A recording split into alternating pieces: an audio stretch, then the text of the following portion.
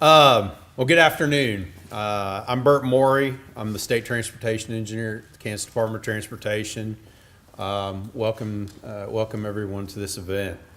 Our goals today are to focus on work zone safety awareness and to show appreciation for everyone who works in work zones on our roadways, our highway workers, law enforcement, emergency responders, and others. If your job puts you along the highway, it's important for you to not only be able to work safely, but to feel safe as well. This means 365 days a year. For KDOT, it's just as much of a work zone when our employees are mowing the right-of-way, picking up trash, removing snow, or directing traffic around a crash site. Drivers, please remember, it doesn't take orange cones and orange signs to become a work zone. I'm glad to be back here at KDOT serving as the State Transportation Engineer, but we had a pretty rough early year. On January 19th, KDOT equipment operator Stephen Windler died in a crash during a snow removal operation on US 69 in Johnson County. The Kansas Highway Patrol officers accompanied Secretary Julie Lorenz to notify his family. And that was, as you can imagine, a very difficult thing to go through. It's something that none of us ever want to have to do again. Then just a month later, 5 KDOT plow trucks were hit in one day in Kansas City during snow operations. And numerous trucks around the state also got hit this winter. The latest was just last night in Sherman County in western Kansas. Fortunately, there were no serious injuries in those events, but it could have turned out much worse for not only our employees, but the traveling public. Oftentimes in a work zone fatality, it's the traveling public that dies, not just highway workers. Moving over for workers also means moving over for workers and vehicles. This long snow-filled winter has left us with a record number of potholes, and that means city, county, and KDOT crews across the state will be working to repair those potholes in addition to the normal construction projects that will be kicking off shortly. But it requires a team effort. Drivers, please move over, give them some room, and improve these roadways for your future. KDOT's media technicians created a new public service announcement. You may have seen it. It's been on TV starting this week. And we're going to take just a moment and watch that video now. Everybody in a work zone is somebody.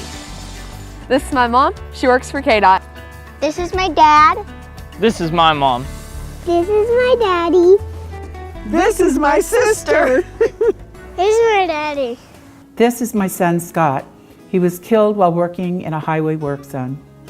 When you drive through a work zone, drive like a life depends on it. Because it does. It's pretty impactful. The people in the first part of that video were KDOT employees and their families from District 4 down in southeast Kansas. The sisters working together is especially fun, but the point is they're real people with real lives and real families. Then it switches to Miss McDonald, the mother of Scott McDonald, who was killed north of here on US 75. It shows the terrible loss that can happen in a work zone crash. Time may heal wounds, but it never replaces the loss and the memories. It's been 14 years since Scott died. I was in the KDOT Lawrence office at the time, and my crews and myself, even 25 miles down the road, were affected by this, much less the folks that were right here working with Scott on a daily basis. It was an awful time for his crew members who were especially affected by this loss. District 1 Maintenance Superintendent Dominic Harrington had just started with KDOT not long before that day, and he shared his story in today's KDOT Work Zone Safety blog. He said that the words he heard over the radio back then will haunt him for his entire KDOT career, and that the crew members were in a state of shock. Ms. McDonald is here today with us, as she has been every year since 2005, doing everything she can to help raise awareness. Shirley, thank you very much for attending and the work that you've done over this past time. We very much appreciate that. Also in 2005, we lost Richard Cunningham just 2 months later in a work zone crash, and coworker Gary Burrows, who was seriously injured. Fortunately, Gary recovered, later retired, and he's here with us today. So thank you, Gary. I appreciate your efforts in bringing awareness to work zone safety. Just the next year in 2006, Governor Laura Kelly, who was a senator at the time, was the main proponent and worked hard to ensure the passage of Senate Bill 411, which later became the Kansas Move Over Law. Her leadership on this safety law was critical, and the Move Over Law was a big step in helping to improve safety along the roadways for everyone. Again, not just the folks you see here in this room, but the traveling public. I'd like to thank Governor Kelly for her many years of support of transportation and safety on our highways. However, we still have a long way to go. Whether the crash happened last month, 14 years ago, or 50 years ago, people don't truly realize the lifelong impact of careless and inattentive driving in work zones. A work zone crash can affect family and friends forever. For KDOT and the Kansas Turnpike Authority, this memorial display of cones honors the 39 KDOT employees and 2 KTA employees who have been killed in work zones since 1950. I don't want to see that number increase. We don't want to make room for more cones. We also want to remember all of the contractor employees, emergency responders, and law enforcement who have been injured or killed in work zones. We offer sincere condolences to everyone who has been affected by a highway work zone crash. Let's just take a moment to reflect on that.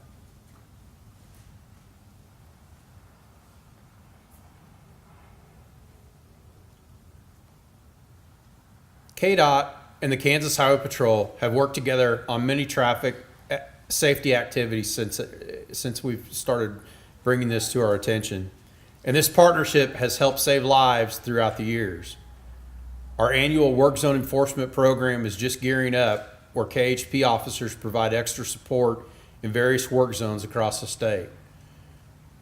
We are pleased to have Kansas Highway Patrol Superintendent Colonel Herman Jones here with us to speak. Colonel Jones.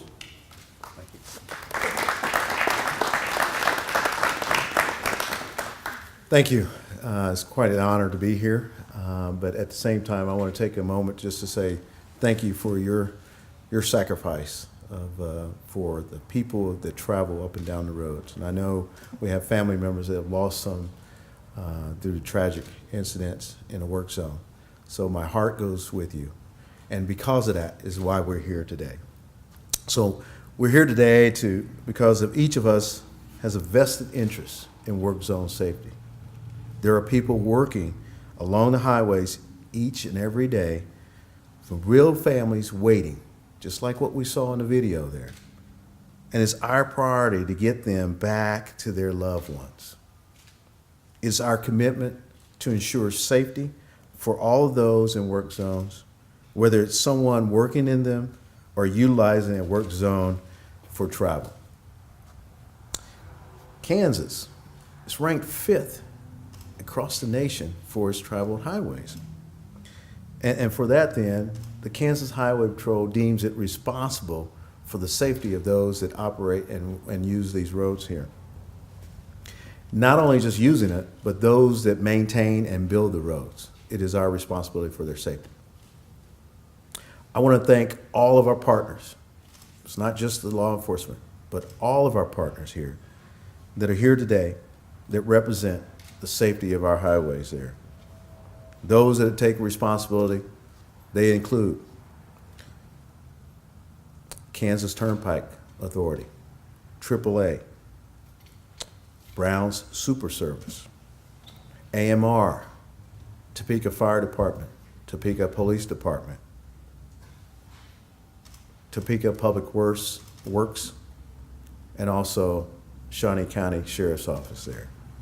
These are just examples of those that are out there as a partner and collaboration for the safety of our highways and those that operate within. As you can tell, there's a wide range of workers and crews that make the roadways their workplace. not every work zone has cones, as been illustrated. So as we think about this, there was a advertisement that talked about work zone. And it made it made an image for me, an impact, where it was the illustration of individuals in an office setting. And out of the blue, a vehicle goes through their work zone, their office. What we want to do is make sure that people that are traveling the highways understand that the people that are working on the roads, that's their office. The difference of a petition or a wall doesn't make a difference, whether it's a cone or a truck. That's their work environment. We ask that people be cognizant of that and be safe for that.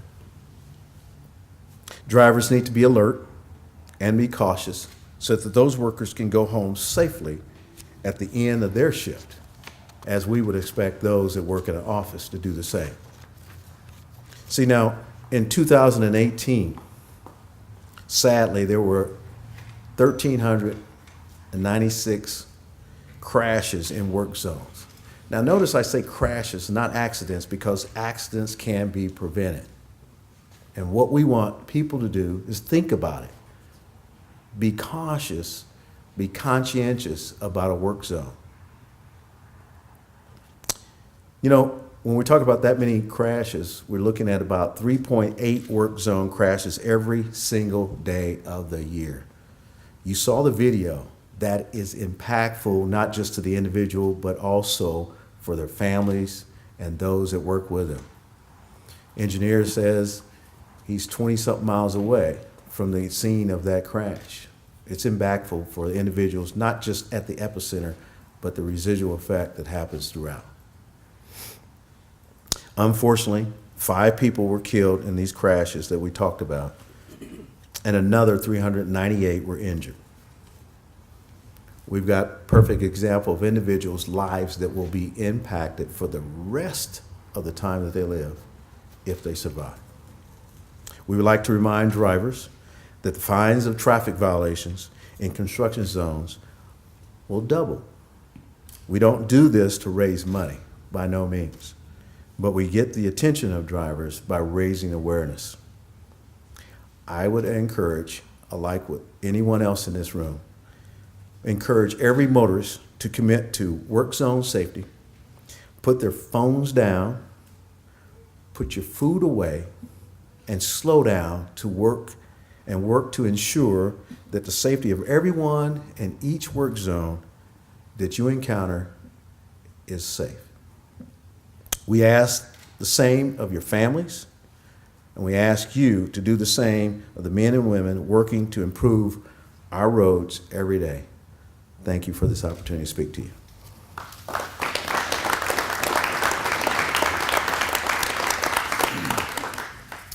Thank you, Colonel Jones. Appreciate that. I'd also like to thank all the safety, emergency responders, and law enforcement partners, as well as other transportation partners here today. Thank you for your efforts and for your service. Let's give every one of those a round of applause. We also have some folks here to share stories about their experiences in work zones. They've seen or been in some very scary situations that will hopefully open some eyes. KDOT Wichita Highway Maintenance Supervisor Ted Coleman had planned to be here today but had an emergency with his family. KDOT Partnering Coordinator Scott Swanson is going to share a part of his speech detailing his experiences. Scott. Thank you. Good afternoon. I'm Scott Swanson and to fill in for Ted today. For me, that's a privilege to be able to fill in for a friend and colleague. The theme of his story is Don't Be That Driver. The following part is in part Ted's speech that he planned on sharing here. I'd like to share some things I've experienced in my 34-year career here at KDOT, help raise some awareness about keeping drivers and highway workers safe. Highway workers work hard, long hours in tough weather, put themselves in harm's way daily. We need to keep workers safe, and we need to keep all the drivers safe too. Back when I started in 1985, we patched potholes without attenuators on our trucks. I won't step out onto the traffic lane today without an attenuator on there. People's behavior and attention to driving has changed dramatically since the tech boom of the 90s. Drivers have cell phones, video players, Xbox games, and laptop computers. Drivers' eyes are on technology, and earbuds are on teenagers' ears while they're driving these days, let alone people eating their fast food and putting on makeup while driving down the highway. We all know somebody like this in our lives, correct? It can be scary at times out there working or traveling on the Kansas highways because people aren't always paying attention. They're distracted, they're texting, they're talking on their phone, they're eating their fast food, they're watching their GPS or computer installed on their cars now. So you really have to be on your toes. In most construction zones, workers can be as close as 2 feet from the active traffic, which is why it's so important to pay attention. Distracted driving, that's the challenge we're dealing with now. In my opinion, distracted driving is causing most of the problems we see today. Cell phones and texting can be big distractions for drivers. With my experience out on the highway, I've seen many other distractions that are just as dangerous as well, though. One day I was called out to work a 5-car fender bender, which required me to close down a lane of K96 during lunch hour, all due to a motorist not paying attention to his driving because he dropped his French fries on the floor of his car. He bent over to salvage those French fries, and he dropped, and he took his eyes off the road just for a second, then rear-ended the car in front of him, causing a chain reaction car crash pileup. That driver, by the way, did total his brand spanking new sports car. Another incident, the one call you never want to receive, is the call from your employee stating that they were involved in an accident while mowing along the shoulder of the highway. When I arrived at the accident scene to take care of my employee, I found out that the cause of the accident was due to the fact that the driver was looking in her rearview mirror to put on her makeup. She had veered off the highway, striking the KDOT tractor mower. Again, but this time on an interstate highway. I worked an accident where a man was drinking his soda pop, and the fizzing went up his nose, and then he sneezed, which caused him to swerve and sideswipe the car next to him, and then crash into the attenuators, crash barrels that were there present on the highway. Driver-related factors that affect work zone crashes include speeding, in-vehicle distractions, and inattentive or rear-end collisions. Paying attention to traffic ahead and maintaining an adequate following distance are necessary for all driving. Work zones are dynamic places that can change from minute to minute. Being alert is absolutely critical. When motorists are alert and obey traffic devices, everybody's safety is enhanced.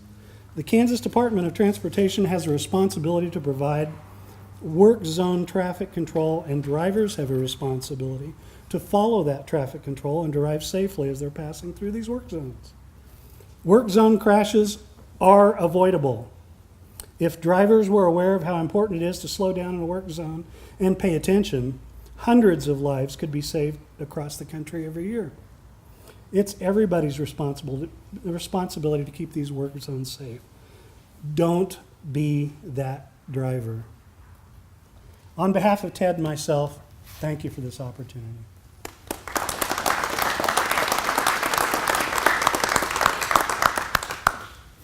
Thanks, Scott. Next, we have equipment operator Kane Krause from the Kansas Turnpike Authority. He's worked there for just a short time, but has already had a very close call, which he will share with us.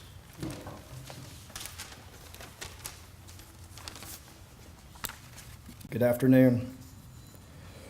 Last summer, while stringlining, let me back up.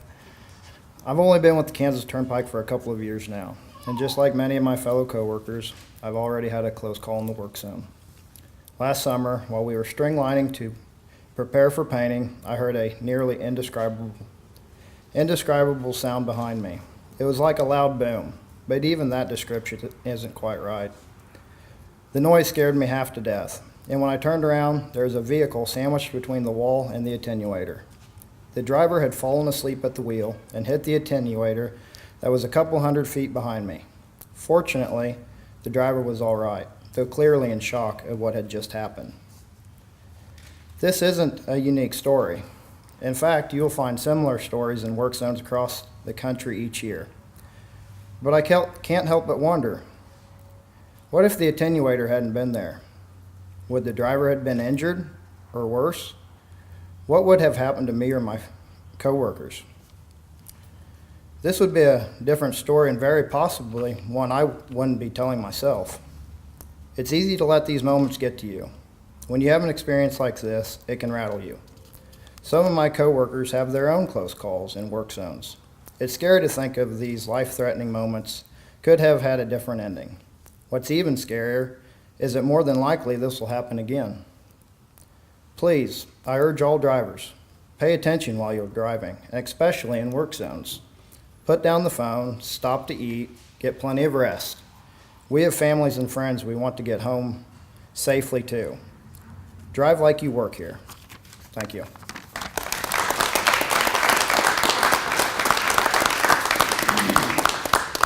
Thank you, Kane. Our final speaker is KDOT Belleville Highway Maintenance Supervisor Cade Cooper.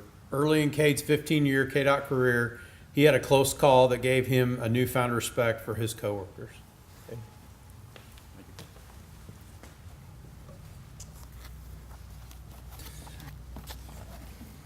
You know, I was a little nervous. Bert said he was going to end his speech with a joke, and then he introduced me. And it's funny, too. I was walking up here and looking out amongst you and noticed that we all have something in common, is that none of us know what I'm going to say. My name's Cade Cooper, and I'm the sub-area supervisor for the Belleville sub-area in north central Kansas. I've been a part of the KDOT team for 15 years, spending the last 8 as a supervisor. One of my biggest fears as a supervisor is having to go to a family member's house and letting them know that their loved one of my crew members, has been hit or killed on the road. That is news that no one wants to receive or give ever. And by the grace of God, I have not had to break that news, and I pray that I never do. With that being said, we have all had close calls on our routes. Whether we are on US 81 patching potholes, watching the traffic buzz past us, or on K148 working on guardrails as 18-wheelers see how close they can get to our flaggers. No route should ever be a place to lose focus.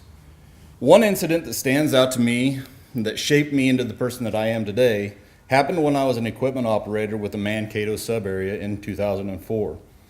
It was an uncomfortably hot June day, and we were replacing a tube on K28 east of Jewel. In those days, we only needed the road work ahead, 1-lane road ahead, and flagger signs out to cover our work zone. I was flagging one end of the work zone when I heard the faint hum of wheels on the highway growing louder. Usually, you can hear that sound before you see the vehicle coming. I started paying a little closer attention to my surroundings, waiting for that vehicle to come into view. As that pickup came into view, I noticed a small car driving rather close behind that vehicle. I started to wave my arms and raise the stop slow paddle to make myself appear larger. I could hear the pickup idle down. However, the small car revved its engine and passed the pickup coming into our work zone. As a rather green rookie, I was nervous, not knowing if I would get this car stopped in time or if I would have to holler on the radio and jump out of the way into the ditch. It happened to be the later of the two. I yelled at the crew in the work zone, threw my flagging paddle toward the middle of the lane that I was standing in, and flung myself into the ditch. From what I could hear, the flagging paddle made contact with the car where I would have been standing, and that is the only thing that got the driver's attention. When he got stopped and I got out of the ditch, he got out of his car and asked if I was all right. And he said that he didn't know there was any work around and why we didn't have our signs up. The entire crew pointed back in the direction that he came from, where we were standing. We could all see we could see all three of the warning signs in that direction. I came out of that without a scratch and gained a newfound respect for what my fellow crew members had been experiencing for years. I learned that you can have everything set up correctly and still have a close call.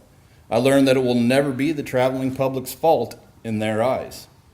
I learned that a flagging paddle will make one heck of a sound when it hits a car motoring down the road. I learned that being focused on the sound and that seeing both of those vehicles when I did probably saved my life.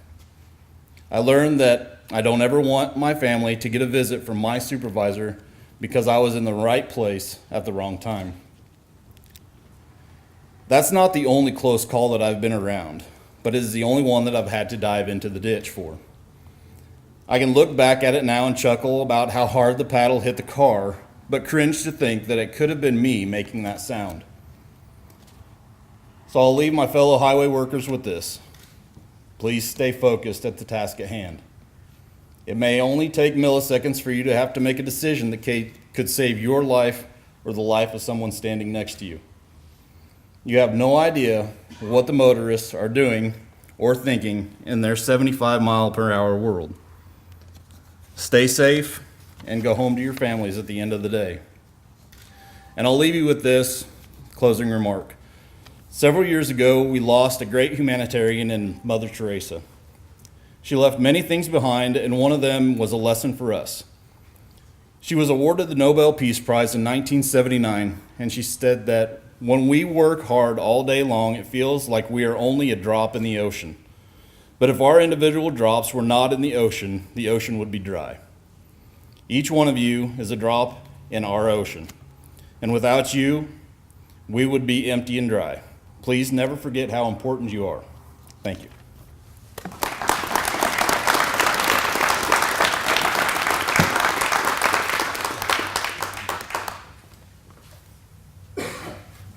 Thank you, Cade, and for your outstanding service.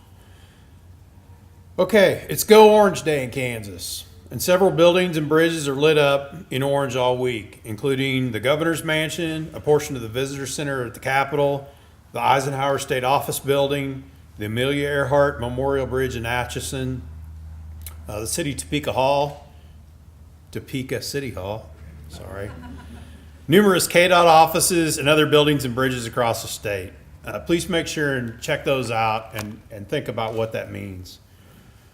We would like to recognize our contracting partners today who contribute annually to our Give 'em a Break program. Their contributions have helped purchase orange lights, work zone manuals for field staff, and other work zone related materials. We appreciate your support and look forward to many more years working together. Those donating organizations include the Kansas Contractors Association, the American Council of Engineering Companies of Kansas, the Kansas Asphalt Pavement Association, the Kansas Aggregate Producers and Kansas Ready Mix Concrete Associations, the MoCan chapter of the American Concrete Pavement Association, and the Heavy Constructors Association of the Greater Kansas City area. If representatives from those organizations could come up here, we want to take a photograph real quick.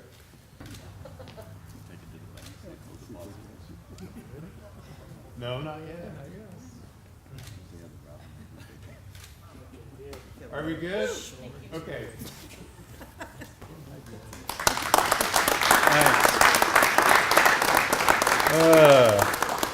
All right, we've heard from several great speakers, and please remember their stories and the important message every time you get in a vehicle. Work zones and emergency responses occur every day. These people put their lives on the line every day when they go to work. They're out there serving the public.